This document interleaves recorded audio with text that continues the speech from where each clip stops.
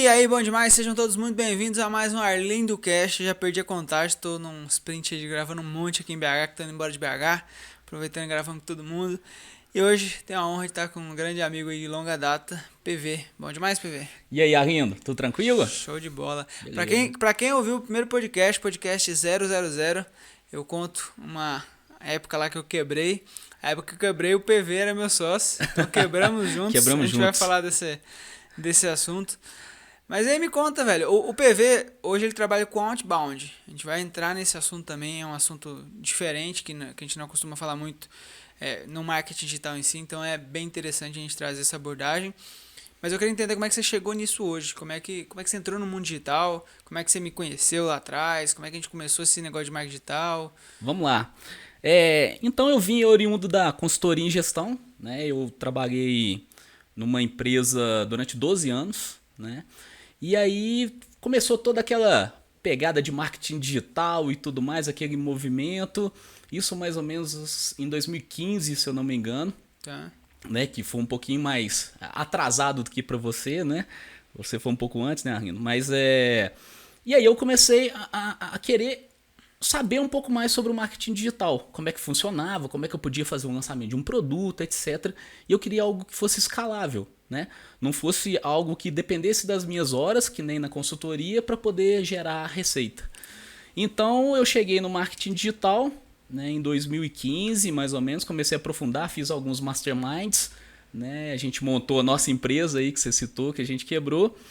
E aí eu comecei a voltar um pouquinho mais para o mundo corporativo, né? Só que não era fazendo a gestão que eu fazia, gestão empresarial mesmo que eu fazia. Antes, quando você trabalhava com consultoria e gestão, era o quê? Que tipo de consultoria você fazia exatamente? A gente fazia uma consultoria muito empresarial, por exemplo, trabalhava muito questão de processos, né? Por exemplo, redesenhar processos de empresas, né?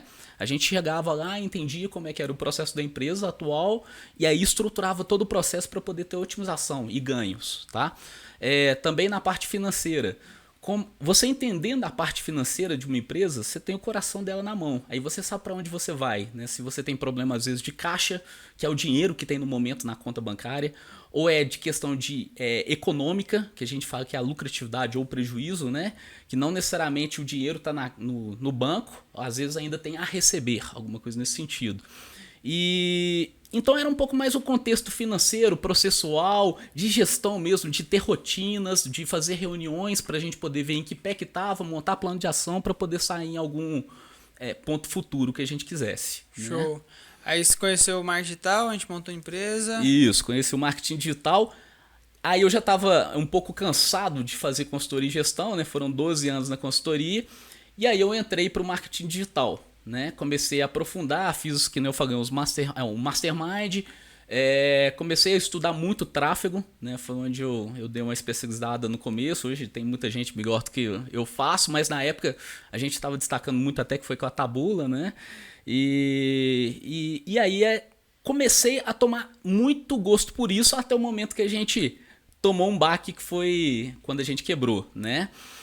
E aí eu tive que repensar o modelo para onde que eu iria, né? Então eu voltei um pouco para o mundo corporativo, fui pesquisar um pouco sobre outbound, né? O contrário do marketing de atração ali, né? Que a gente faz a nutrição de lead, a gente faz uma prospecção ativa de lead.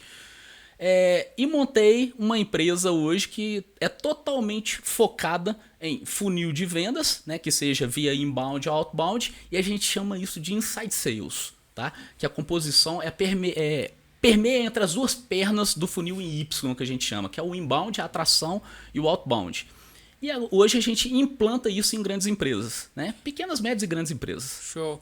Tá, vamos lá que tem muito termo técnico. Eu, pelo menos, as primeiras vezes que eu ouvi esse tipo de termo, eu fiquei perdidinho. Vamos lá. Existe o inbound Isso. marketing, existe Isso. o outbound, in de Isso. dentro, out de De fora. fora. O que é o inbound marketing? E o que é o outbound marketing? Isso, vamos lá. O que é o inbound marketing? O inbound marketing é um marketing de atração, tá? Então você faz algumas iscas digitais na internet, tá? Atrai alguns leads e aí Leads você são e-mails, são pessoas e-mails, que né? São colocam. pessoas que dão seus e-mails, né? Que têm interesse em algum determinado assunto, tá? E aí essas pessoas começam a permear dentro de um funil, né? Receber conteúdos específicos dentro de um funil de e-mails, né? Ou que seja de outros meios de comunicação também. Isso é o inbound marketing, que eu começo a nutrir o lead. Mas o que é o interessante no inbound? É você começar a metrificar o quão quente aquela pessoa está, né? Ou seja, será que ela está no momento de compra? Ou não, ela ainda não está no momento de compra. A gente chama muito isso de levantada de mão, né? Às vezes a pessoa entrou no meu funil, interagiu com em várias etapas do meu funil, tá? E aí ela chegou numa nota, né? Porque eu consigo dar notas ao longo do funil pelas ações que ela vai tomando, tá? Ela chegou numa nota determinada e aí eu recebo um e-mail falando, opa, tá na hora de abordar essa pessoa, né? Então basicamente o inbound é desde a atração dessa pessoa, desse lead, tá?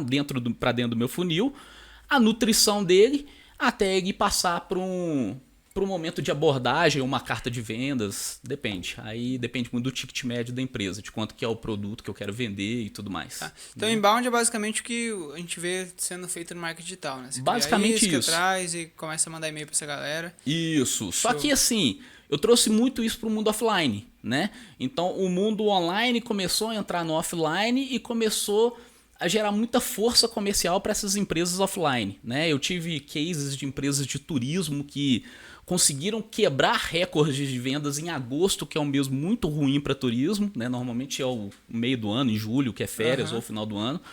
Então, assim, um inbound marketing bem feito, né? Você consegue mudar uma empresa de patamar, né? Então, realmente, ele em empresas offline faz muita razão de se ter. Né? Eu acho muito interessante, porque o meu mundo hoje é 100% online, né? Então, sim. E aí você fica pensando, porra, online para vender online. Aí imagina você fazer online para vender offline, que a empresa já sobrevive sem online. Imagina se fizer online, né? Dá um puta resultado. Assim. Muito. Porque assim... Fizer bem feito, né? Fizer bem feito. Porque se você viver só da sua equipe, né, você vai fazer o mesmo que todo mundo faz. Né? E no inbound, assim como é o próprio marketing digital, né? Você consegue vender sem tempo e espaço. Você pode vender 1h da manhã para uma pessoa, hoje nós estamos aqui em BH, mas uma pessoa que está no Acre, né, ou em outro país. Então, independe de horário. E essa empresa offline começa a ter mais propulsores de venda. Né? Show. E outbound? Então, o outbound ele é um pouquinho ao contrário, vamos dizer assim. Normalmente, no inbound, só voltando um pouquinho para você entender, no inbound a gente atrai a pessoa, então a gente desperta o interesse. Aí, mediante a nutrição desse lead, né, dessa pessoa, eu entendo se ela tem potencial de comprar meu produto. Nutrição significa? Receber conteúdos relevantes para poder ver se ela tem interesse em continuar dentro do meu funil para eu poder ofertar alguma coisa. Show. Tá? Então, eu verifico se essa pessoa tem agora então interesse no meu produto, desculpa, ela tem potencial de compra do meu produto, e aí sim eu ofereço. Então, o inbound eu atraio por interesse e vejo se ela tem potencial de compra. O outbound é o contrário. Eu mensuro o tamanho da empresa, vejo se ela tem porte para poder adquirir meu produto ou serviço, e aí sim eu vejo se ela tem interesse ou se ela está no momento de compra. Então é o inverso. Né? Então eu vejo, por exemplo, eu quero pegar uma empresa que fatura $500 milhão por ano. Tá? Aí eu sei mais ou menos quantos funcionários tem e tudo mais. Aí eu sei que essa empresa pode adquirir meu serviço. Eu ofereço o meu serviço, né, sabendo que essa empresa tem potencial de contratar o meu serviço. Sabendo que já é o seu tipo de cliente ideal. Isso. Só que eu não sei se ela está no momento de compra, se ela já tem alguém fazendo isso lá dentro, ou se ela tem interesse em realmente fazer a implantação da minha solução internamente na empresa, sabe? Entendi. Então assim, eu tô numa consultoria, né, totalmente focada no comercial. É a venda ativa mesmo, né? É a venda ativa. Você pega e eu consigo contatar essa pessoa, ligar, entrar em contato. E com o outbound, que a gente chama de 2.0, nós conseguimos gerar o quê? Escala e previsibilidade. Tá? Como? Diferentemente de uma Eu ia entrar empresa... nisso, porque, desculpa interromper, Sim. porque assim, quando você pensa nisso, fica sem escala, porque você tem que ter uma pessoa o dia inteiro fazendo isso, ou você vai fazer o dia inteiro, como é que você escala isso? Isso, é o Acho seguinte... que é isso que a gente vai falar agora. Então, já até adiantei, mas o que acontece no outbound? Quando você tem uma empresa normalmente tradicional, você tem uma área comercial e às vezes você depende muito de habilidade individual de vendedor. Né? Fala, aquele é o melhor vendedor que eu tenho. Só que comercial não é habilidade. Comercial é processo. É lógico que você saber conversar com as pessoas, isso te dá um Ajuda, né? diferencial, tá? Mas comercial é processual. E aí, com o Outbound 2.0, o que a gente consegue fazer, Arlindo?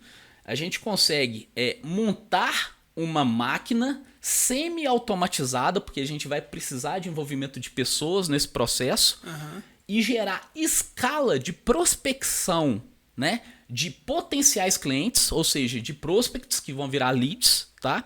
E aí sim eu consigo sair no final do meu funil com muito mais clientes do que no modelo tradicional. Ou seja, eu utilizo hoje pessoas capacitadas e que têm funções específicas dentro da empresa, tá?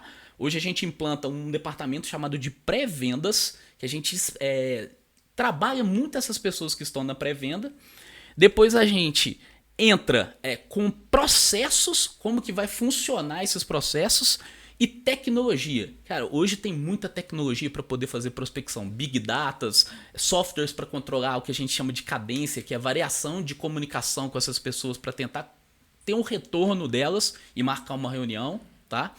E aí a gente então tem um processo de outbound totalmente estruturado, tá? É lógico que não é só a prospecção, tem toda a questão de habilidade com frameworks de venda, por exemplo, um Spin Selling, um DPCT, alguma coisa nesse sentido. É um pouco termo técnico, mas é entender... Spin Selling, que inclusive é um livro muito bom de vendas. Muito, recomendo demais. Os caras gastaram 30 milhões de dólares numa pesquisa. Foi. Um livro excelente. Para quem quer trabalhar vendas, cara, tem que ler um livro tipo Spin Selling, né? E tem onde que eu pautei para poder implantar todo o outbound marketing, ou o outbound sales, né? Eu pautei todo em cima de um outro livro chamado Receita Previsível, né, do Aaron Ross, né? Então ele conseguiu mudar de patamar a Salesforce, e em cima desse livro a gente construiu toda a nossa metodologia, tá? E só que ensinando realmente como é que funciona o processo, né? Botando a mão na massa e implementando em empresas. Show.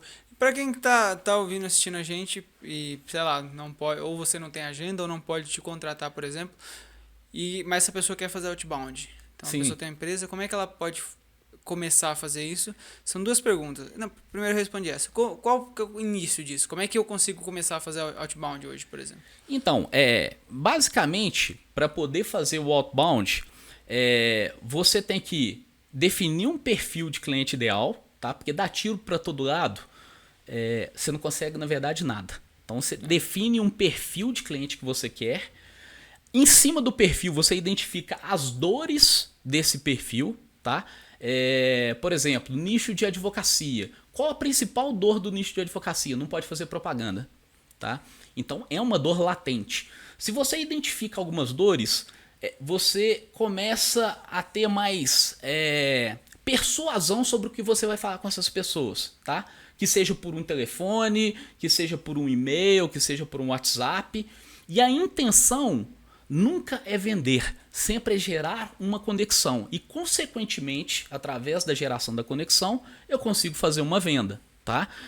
Então, por exemplo, vamos supor que o Arlindo é um advogado, tá? Eu vou ligar para o Arlindo, falar: "Ô Arlindo, tudo bem? Rapaz, eu sou da empresa X, eu gostaria de falar com o Arlindo, né, com você, e só que eu queria entender um negocinho. Você tem uma dor específica que você não pode fazer propaganda, correto?" Você vai falar: "Correto", né? Rapaz, provavelmente, então as suas vendas são todas provenientes talvez de indicação, ou você que tem que correr atrás e sua equipe comercial não deve ser muito bem estruturada. Aí ele vai falar correto ou não, tal. Você vai conduzindo essa conversa para poder levantar algumas informações importantes para ver se o seu negócio, o seu produto ou serviço faz razão para aquela pessoa, tá?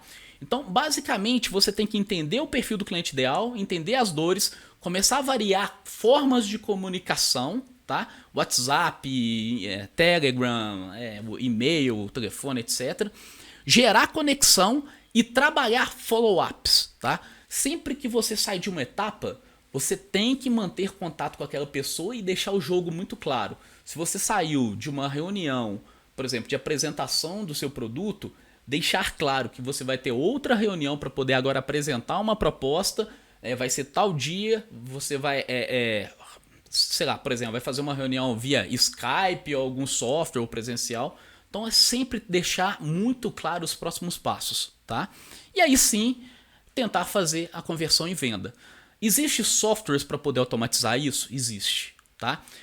Basicamente a gente permeia esses passos no outbound, mas existem softwares para a gente poder então gerar o que a gente tinha falado aqui de escala, né? Então, fazer isso de maneira um pouco mais automatizada, né? Isso. Por exemplo, hoje eu tenho 2 pessoas na minha empresa totalmente focadas em prospecção, né, que são os SDRs, né, que são os Sales Development Representative, que a gente chama, ou pré-vendedor, tá? E essas 2 pessoas, cada uma me gera mais ou menos 30 novas oportunidades por dia. Por dia. Muita coisa, né, velho? Então, se eu quiser aumentar a minha escala de fechamento, eu posso pedir para elas acelerarem, ou se eu não estiver dando conta, eu posso pedir para tirar o pé. Então é melhor isso do que ficar naquela dependência. Poxa, eu preciso vender e descabela e tudo mais. Então o processo comercial está controlado. Tá? Então eu consigo gerar essa escala e ter previsibilidade. Quantas pessoas que eu tenho que atrair para poder converter tantas. Show de bola, velho. Muito legal. E como é que eu consigo usar o outbound para um negócio digital? Então, Você sabe exatamente o que eu faço, a gente já fez, eu sim, continuei fazendo a mesma coisa. sim. Como é que eu poderia usar isso, por exemplo, no meu negócio hoje? Então, por exemplo, existem. Eu tenho um case, né? Na verdade não é meu, é de um colega meu. Ele sabia que um doutor de uma clínica tinha um potencial de lançar um produto, tá? Só que ele não tinha contato dessa pessoa, né? Então, o que você pode fazer, Arlindo? Você pode gerar uma lista de potenciais clientes para você, né? Aí você vai atrás, através de Big Datas e tudo mais, de e-mails, telefones, porque é fácil de encontrar hoje em dia, né? Existe muita informação. Eu vi lá que você tinha mostrado que você conseguiu o telefone da dona da Magazine Luiza. Da Luiza Trajano. Né? Em 5 minutos eu tinha o telefone e o e-mail, né? Mas existe uma forma lícita, tá? Não é nada ilícito, de conseguir essas informações. E aí você consegue, então, fazer o seu fluxo de cadência, né, para poder trabalhar as tratativas de comunicação, de conexão com essa pessoa.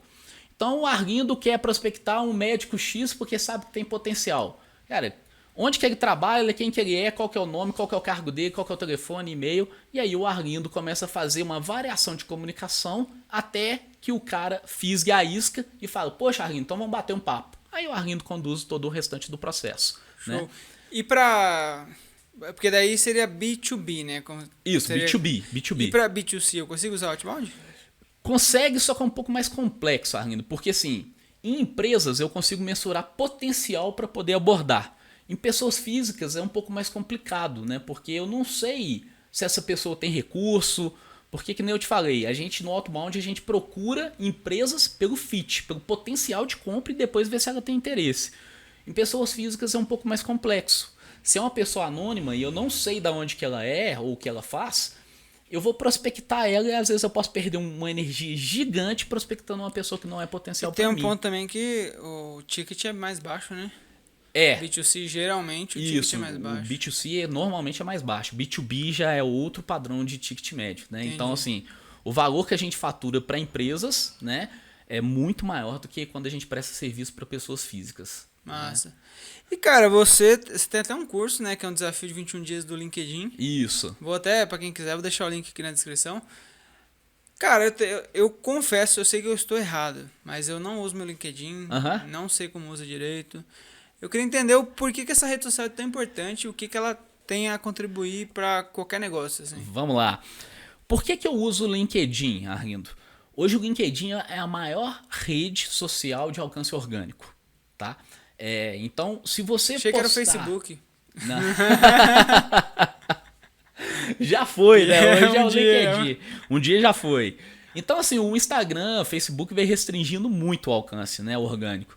O LinkedIn é a maior plataforma de alcance orgânico no mundo. Só que o conteúdo é muito mais profissional do que pessoal, né? Sim. Ele é um contexto muito mais para empresas, né? E, por exemplo, o LinkedIn é onde eu consigo trabalhar o que a gente chama de social selling. É a venda social, né? Lá eu consigo prospectar diretores, gerentes, né, gestores e tudo mais de empresas e saber se aquela pessoa é potencial para eu poder conectar com ela ou não, tá? Então, diferentemente do Instagram e Facebook, que às vezes eu nem sei em que empresa que aquela pessoa trabalha, que cargo que ela tem. Então, assim, o LinkedIn é muito mais B2B, né? E através do LinkedIn, existem alguns hacks, né, alguns macetes que você consegue descobrir e-mail das pessoas, telefone e tudo mais. Então, facilita a sua entrada ou a sua comunicação com essas pessoas, talvez de alto gabarito aí, né? Então, por exemplo, na eleição eu queria conversar com alguns candidatos da eleição presidencial, porque eu sabia que eles tinham algumas empresas que me interessavam entrar. Em 5 minutos, que nem a Luísa Trajano, eu já tinha os contatos dessas pessoas. E eu coloquei eles dentro de um fluxo de cadência para poder tentar são entrar em esses conexão. contatos de vários pontos diferentes, né? Isso. Então, assim, o LinkedIn é uma rede social fantástica, né? Existe como se fosse um complemento do LinkedIn, chama Sales Navigator, né? Então, através dele, você consegue fazer filtragens de empresas, por exemplo, ver se o Arlindo é amigo de tal pessoa, para ele poder me gerar uma conexão com tal pessoa, ou o Arlindo está falando de tal coisa, né? Tem até uma citação, né, do Thiago Reis, que nós somos franqueados hoje também, da Growth Machine, a nível, principalmente Minas, tá? Mas o Thiago fez uma prospecção via LinkedIn do pessoal da DocSign, né? E quem tinha assumido o cargo de diretoria comercial tinha pouco tempo, poucos meses de cargo. E normalmente, por isso que eu falo de entender dor, entender muito o que a empresa faz, né? O como que são as pessoas, né? O que elas realmente trabalham, né? Então ele identificou que essa pessoa tinha pouco tempo no cargo. Normalmente, quando é diretor comercial, quer mostrar trabalho, quer mostrar serviço, tá? Fez uma isca digital através de um artigo, né? De uma postagem, desculpa, lá dentro do LinkedIn. Teve um alcance orgânico violentíssimo. Como que você consegue otimizar isso? Vê se você tem alguma conexão em comum e fala, pô, compartilha esse artigo, né? E aí vai compartilhando até chegar na pessoa que você quer realmente. E através disso, essa pessoa fisgou essa isca, mandou uma mensagem pro Thiago Reis. Sem falar diretamente com a pessoa. Sem falar Mas diretamente ele com a queria pessoa. atingir a pessoa. Isso, foi totalmente estruturado uma postagem para alcançar uma pessoa, né? E aí ele conseguiu fechar o que a gente chama de bootcamp, né? Que é um treinamento, uma imersão in company lá dentro da DocSign para a equipe toda, né? Então, assim, o LinkedIn é muito forte, tá? Então, se você quiser trabalhar muito B2B e aprender realmente como que faz isso, né, na íntegra, eu recomendo que entenda mais sobre rede social do LinkedIn mesmo, tá? Assim como esses outros livros que eu citei, eu vou até falar alguns outros, mas o próprio Receita Previsível, tem o Tração, que ele é um pouco voltado para startups, mas fala quais são os 19 meios de tração, como que eu consigo tracionar uma empresa, são 19 canais. Existe alguns outros que é de Customer Success também, né, que é sucesso do cliente. E então não é só vender, é garantir o sucesso do cliente. E isso dá longevidade para qualquer empresa, né? Show. Então basicamente é isso. Então o LinkedIn é muito forte, cara. Quem quiser trabalhar, principalmente outbound, tem que dominar um pouco o LinkedIn. Show. O que você vê assim que a galera comete mais de erros quando vai fazer o outbound, assim? Então, Arlindo, na verdade, assim, o conteúdo tem, tá? Muito. Que nem marketing digital, tem muito conteúdo na internet, Sim. né? Só que as pessoas não têm. Eu até vi um podcast seu, né, com o Paulo Faustino e com a Regina, a esposa dele, que as pessoas não fazem a base. Tá? Então, se as pessoas não fazem a base do outbound, tá? De entender realmente o perfil de cliente ideal, entender para onde que eu quero atacar, meu público-alvo, meu posicionamento e tudo mais, essas pessoas começam a falhar e falam que não dá resultado, né?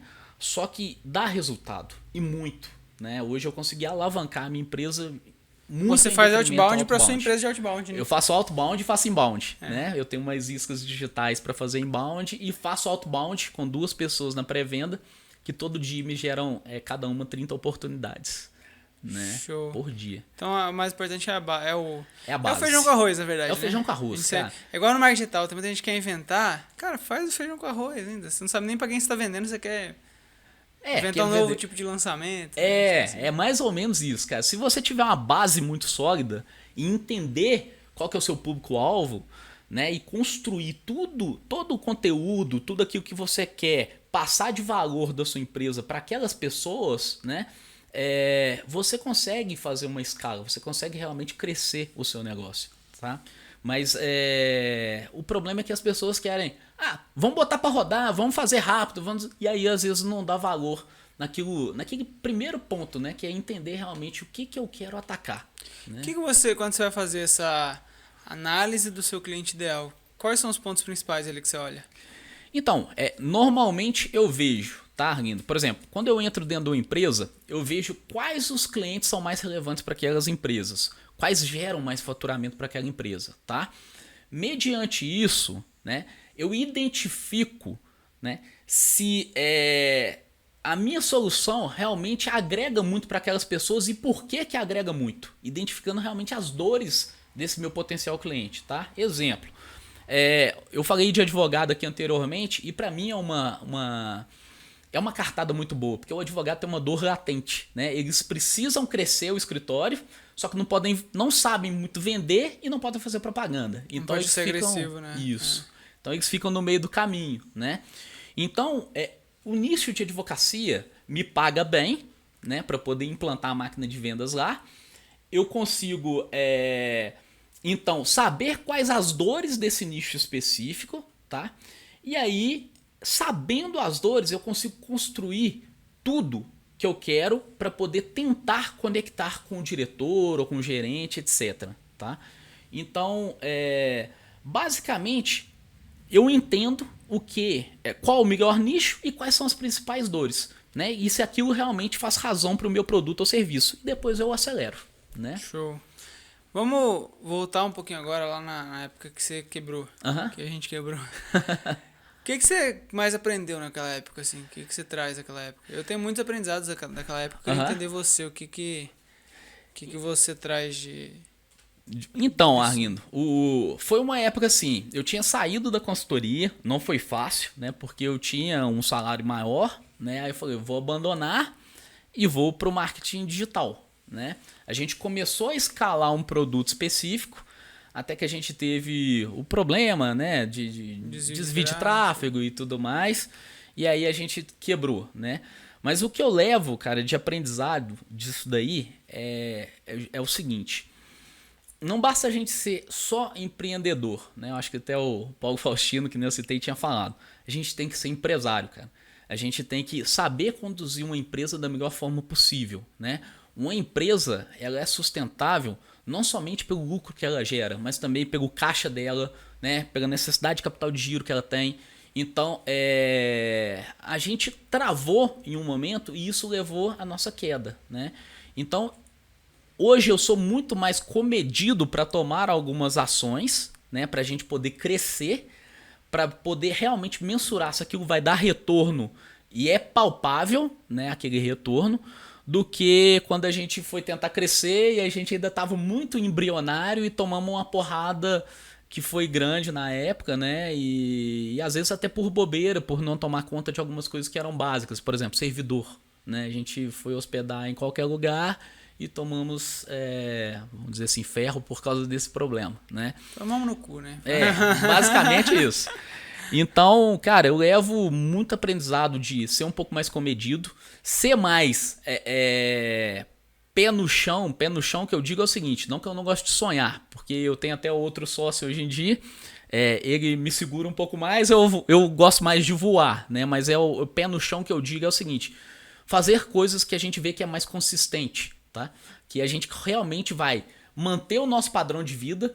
E o plus, aí sim, eu posso arriscar para poder tentar trazer mais dinheiro, mas eu tenho que manter um padrão, né? Então, dar win, né? Tipo assim. Porque, querendo ou não, eu já tinha família naquela época, né? Minha esposa.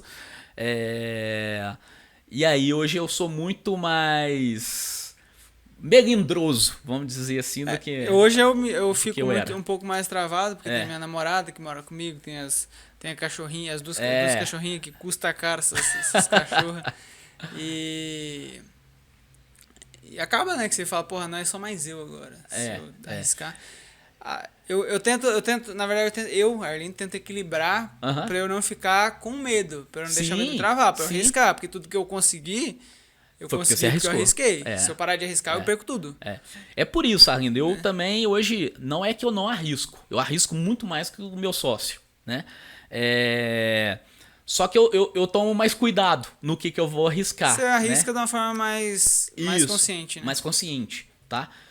Buscando também sempre ter escala de vendas, né? Eu acho que esse é o intuito de todo mundo, né? Assim, quem tem uma empresa quer crescer. Se você não está crescendo, você está morrendo, né? Então todo mundo quer crescer. Só que como que eu consigo crescer de maneira mais sustentável, né? Então acho que essa foi a grande lição que eu tomei daquilo lá. E outra coisa, Arlindo, o quebrar, na verdade, são só pontos de vista, né? Quebrar ou ter muito sucesso são experiências que a gente extrai para a gente poder crescer como pessoa, né? Ou como profissional. Então, o quebrar faz parte, né, da nossa vida, né? É lógico que na hora a gente fica frustrado, né? Pô, gera depressão e várias outras coisas. Mas eu acho que se não tivesse quebrado, cara, hoje eu não teria a consciência que eu tenho e poderia estar tocando a minha empresa da forma que eu estou tocando, sabe? Você chegou a ter algum problema emocional por causa disso? Cara, eu fiquei muito mal, né? Eu tinha, que nem eu falei, tinha largado a consultoria em gestão, né? Tinha um salário bom, fui para o marketing digital, a gente começou a escalar e aí acabou toda a minha tranquilidade, porque o negócio quebrou, né?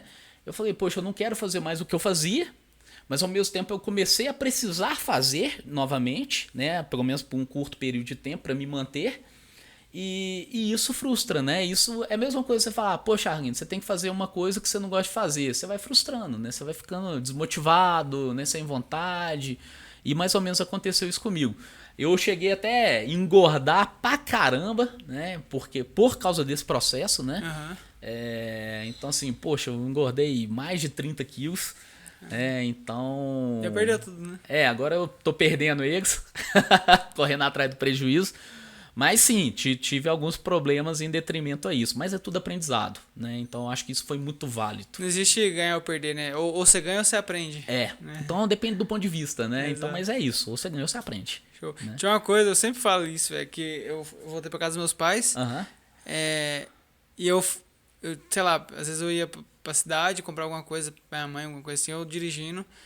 Aí eu pensava, mano, eu sou foda. Se eu pedir pra qualquer pessoa que tá aqui na rua fazer uma dívida de 200 mil, ninguém consegue, porque ninguém tem nome pra conseguir uma dívida de 200 mil. É a mesma coisa, se eu falar assim, PV, ó, duvido você conseguir uma dívida agora de 50 milhões de reais. Cara, é muito difícil você conseguir uma dívida de 50 milhões. Você não tem nome, só você arrumar alguém que vai, entendeu? Até pra você conseguir uma dívida é muito difícil. Muito eu falo, difícil. velho, eu tenho uma dívida de 200 mil reais. Você tem que ter crédito, né? Cara, se eu fiz, eu posso. Se eu fiz a dívida de 200 mil reais, é porque eu posso fazer pra pagar essa porra, entendeu? Mas é isso, cara. E outra coisa, pensamento positivo, né? Isso que impulsiona a gente. Né? Quanto mais pensamento positivo, mais impulsionamento a gente vai ter na nossa empresa ou na nossa vida pessoal. Acredito muito nisso. E isso que me fez superar muita coisa nesse período, Arlindo.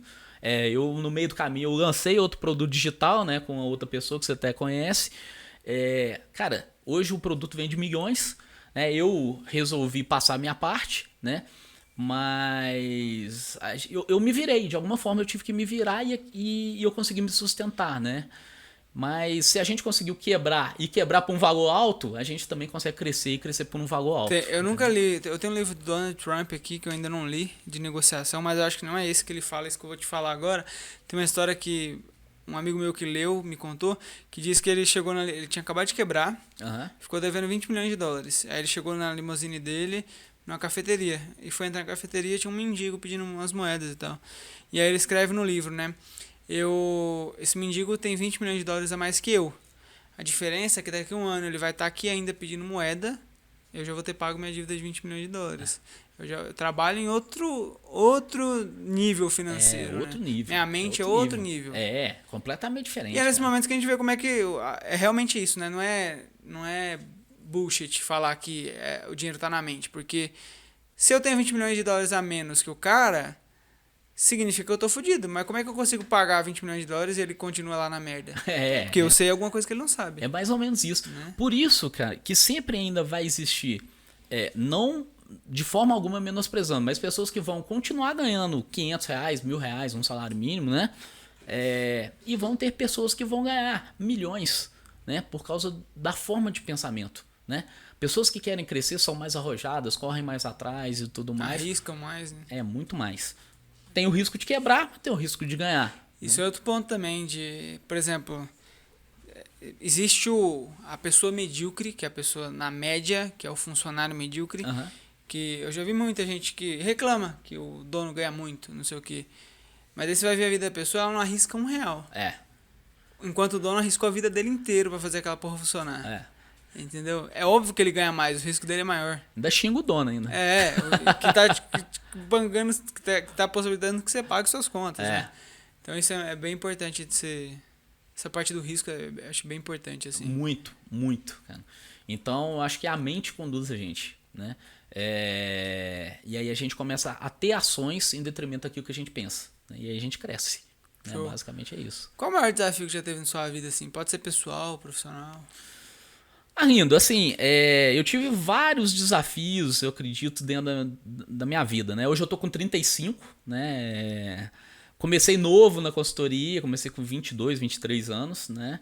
Então, é essa cargazinha dos 12, mais um pouquinho que eu vim migrando entre marketing digital e o que eu faço hoje, que é uma consultoria focada em vendas, tá? Mas meus grandes desafios são o seguinte, Arlindo. Eu nasci de 6 meses, né? Então, nasci de 6 meses. E eu tive um problema na bacia, né? Em detrimento, tive uma luxação e tudo mais. E desde cedo, isso em 84, não tinha muita tecnologia nem nada, os hospitais não tinham toda essa infraestrutura. Eu tive que fazer algumas cirurgias, né? Então esse foi um dos grandes desafios da minha vida, tá? Então assim, eu sempre tive muita força para viver, né? Porque desde bebê eu tive que fazer algumas cirurgias que fossem mais fortes, sabe? Outros momentos, eu posso dizer o seguinte: foi quando eu mudei para Belo Horizonte, meu pai tinha acabado de falecer, né? Eu tinha formado e tudo mais, foi um baque. E aí eu falei, cara, como é que eu vou me cuidar agora? O que eu vou fazer? Para onde que eu vou? Você fica um pouco perdido, né? Que você tira totalmente o seu amparo, vamos dizer assim, né? Ainda mais essa idade mais novo, né? Eu tinha, poxa, meu pai eu tinha 21 quando ele faleceu, quando eu vim para cá eu tinha 22, 23, era pouco tempo que ele tinha, né, falecido. E aí outro grande desafio que eu tive, cara, até dentro da consultoria em gestão, até por, né, que você conhece o meu próprio irmão, eu sempre tive, cara, que correr atrás, sabe? Sempre tive que mostrar um pouco mais do que os outros, porque a empresa era nossa, né? Então esse foi um grande desafio meu, porque se eu fosse mais um, né, eu não queria estar lá por causa do meu irmão, sabe? Porque a empresa era dele, né? Eu queria estar lá porque eu merecia. Então esse também foi um desafio mais profissional, tá? E o outro grande desafio, eu acho que foi desde a quebra, né? Que eu já era casado e tudo mais, virar o jogo novamente e começar a ter um faturamento, né? Para poder me sustentar. Então acho que foram esses 4 grandes desafios que eu tive na minha vida, né? Show. Entre pessoal e profissional. Acho legal trazer isso, às vezes, porque a pessoa vê que tá tudo certo, né? Todo mundo tem seus desafios aí. Todo mundo, cara. Hoje, se a gente tem as empresas e a gente consegue faturar, é porque a gente já passou por tudo isso, né? Então, em virtude dessas experiências que eu consigo hoje gerar o que eu gero hoje, né? E aí eu gero um emprego, né? Hoje comigo lá são 11 pessoas e tudo mais. Então, a gente começa a crescer, né? Tanto em termos de mentalidade quanto em termos de consistência para poder ganhar dinheiro mesmo, sabe? Show. Fala aí um livro que mudou sua vida. Cara, o que mudou minha vida eu posso falar que foi o próprio livro do Aaron Ross, né? Que foi Receita onde eu Previsível. virei a chave, do Receita Previsível, que foi onde eu dei um start. Falei, cara, eu posso voltar para o mundo corporativo, mas trabalhar ainda em vendas, né? E gerar escala, que vinha comigo do marketing digital, que era o que eu gostava, né? De gerar escala em venda, né? Então, acho que o Receita Previsível foi um dos livros, tá? E aí, Como Vai Sua Mente, do Dr. Celso Charuri, né? Como vai sua mente? Como Vai Sua Mente, o Dr. Celso Charuri. ele tem algumas passagens e eu acho que nem a gente estava conversando aqui do nosso pensamento, que conduz tudo isso, né? Eu acho que esses dois foram os principais livros que eu já li. É lógico que eu já tive livros complexos e tudo mais que eu já li, que me deu muito conteúdo que eu levo hoje e tudo mais, mas acho que esses tiveram momentos marcantes, né? Massa. E lições que você aprendeu com seu pai e com a sua mãe, uma lição que você aprendeu com eles? Cara, Ou uma com cada um, sei lá. meu pai sempre foi muito rígido, né? Muito bravo, né? Vamos dizer assim. Então eu aprendi a ser muito certo com meu pai, sabe? Fazer as coisas certas, né? Não, na verdade, não digo fazer as coisas certas conforme os outros acham, tá? Mas conforme o que eu achava que era certo pra mim e pros outros, tá? Porque cada um tem a sua verdade, vamos dizer assim. Então meu pai me ensinou muito a ser justo e ser certo, tá? E minha mãe, cara, minha mãe é uma pessoa que tem um network violento, ela é comunicativa, eu acho que ela tem facilidade em fazer amizade e tudo mais. Eu acho que essa questão desse ensinamento da minha mãe, eu acho que facilitou muito até o meio de eu vir um pouco mais para vendas, né? Me arriscar mais na vida, sair da minha cidade, tal, igual você também saiu e tal. Dela ser mais extrovertida. E isso acho que me ajudou muito, sabe? Esse daí foi um grande ensinamento dela de ser mais expansiva, vamos dizer assim. Né? Conexões, né? Meu pai já era mais contido, né? Mas eu aprendi muito com ele também, né? Show. Então foram essas duas grandes lições que eu tive dos dois. Né? Massa demais. E pra gente finalizar com a participação da Vitória aqui, o que você pode falar pra galera que tá aí, te assistindo agora, que tá passando por um momento de dificuldade? Eu lembro que quando eu falei no podcast da minha quebra e tal, teve uma galera que veio no Instagram falando, cara, eu tô devendo tanto e tal, tô mal, o que eu tenho que fazer, não sei o quê. Porque a gente passou por isso, né? Passamos. O que você pode recomendar, assim, pra quem tá passando por uma fase dessa? Cara, que nem eu falei, não é fácil, mas tem que pôr a cabeça no lugar, sabe? Pensar sempre no que você pode fazer para poder reverter aquele jogo, né? Que nem você falou, poxa, se eu quebrei por 200 mil, eu posso ganhar muito mais do que isso, né? Porque não é qualquer um que quebra por 200 mil, não é todo mundo que tem crédito de 200 mil no mercado, né? Sim. Então, eu acho que é ter foco, Arlindo. Foco naquilo que você acha que pode transformar a sua vida, né? Que nem eu foquei em voltar para o mundo corporativo, mas mais na área de marketing e vendas, e eu consegui ter hoje uma empresa sustentável que faz isso e auxilia outras empresas. Quem normalmente, ou quem estiver passando por esse momento, né, mais de crise e tudo mais, de não estar conseguindo ganhar dinheiro com uma dívida grande, eu recomendo ter muito foco, cara. Não perder o que você acha que pode te fazer crescer novamente, sabe? Então, foi isso que me fez crescer. Eu acredito que você deve ter tido um pensamento, falou, poxa, cara, eu vou continuar a correr atrás. E aí você continuou correndo atrás e conseguiu fazer esses lançamentos milionários que eu sei que você fez. Então, eu acho que é mais ou menos isso, sabe? A gente nunca desistir, sempre correr atrás de um objetivo que a gente tem, sabe? Show. Eu brinco, né, que o maior projeto da minha vida eu encontrei no momento que eu quebrei. Quando a gente quebrou, eu tava quase pra ir embora daqui de BH, que eu morava aqui na época. E aí eu conheci o Dayan, fui atrás dele antes de eu ir embora. Aí eu fui embora quebrado, mas já fechado com já fechado o projeto com o Dayan também. E aí deslanchou depois. Pois então, é. O melhor projeto veio no pior momento da minha vida, veio o melhor projeto da minha vida também. Assim, é muito doido. Mas é basicamente isso, cara. É correr atrás do que você realmente gosta, né? E o que você acredita que pode trazer resultado, né? E estar também perto de pessoas que te fazem bem, tá? Em momentos difíceis, se você for trazer pessoas que te fazem mal, você vai só piorar, tá?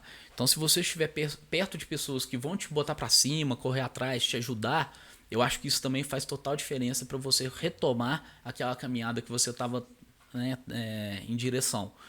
Então, assim como, por exemplo, eu tenho você, né, apesar de ser 10 anos mais novo que eu, para mim é um espelho em questão, né, de foco. De foco que eu digo o seguinte, de saber o que você quer, né, de onde que você vai, o que você faz. Cara, você trabalha, você sabe disso, a excelência né, que você tem em montar os seus funis, suas copies e tudo mais. Então, para mim, eu também me espelho nisso, né? A gente não só espelha em pessoas mais experientes, mas pessoas que fazem coisas boas, né? E ter convivência com essas pessoas, assim como eu tenho com você, eu acho que me fez crescer novamente, né? Me fez sair do momento que eu estava mais deprimido, né? Que aí eu tinha engordado pra caramba, e voltar a retomar o rumo, né? Vamos dizer assim, a água da onde que estava correndo meu rio. Né? Show de bola. Tamo junto. Como é que as pessoas conseguem te contactar, te seguir seus conteúdos? Tem o meu Instagram, né? Hoje eu faço muita geração de conteúdo lá, _ PV Barbosa, né? E hoje eu tenho também o meu LinkedIn, né? Paulo Victor Barbosa. Quem me procurar vai provavelmente encontrar. E qual que é o site lá do curso, do Desafio curso? 21 Dias? É conversão10x.com.br. Conversão 10, número ou... Numeral 10. Numeral 10, no zero. X. Conversão10x.com.br. Quem quiser pode ir lá. E assim, eu começo a introduzir a pessoa dentro do universo do LinkedIn, né? Então começar a realmente utilizar a plataforma da maneira que ela deve ser utilizada. E lá tem oportunidade de venda demais. Show de bola. Tamo junto, você aí que tá me assistindo, me ouvindo, se inscreve aqui no canal para receber os próximos conteúdos, os próximos vídeos, os próximos Arlindo Casts. E deixa seu like e comenta aqui embaixo também qual foi a lição que você mais gostou, que você aprendeu hoje aqui com Paulo Victor Barbosa. Tamo junto, valeu PV. Valeu, Arlindo. Até o próximo vídeo, o próximo podcast. Tamo junto. Um abraço. Tchau.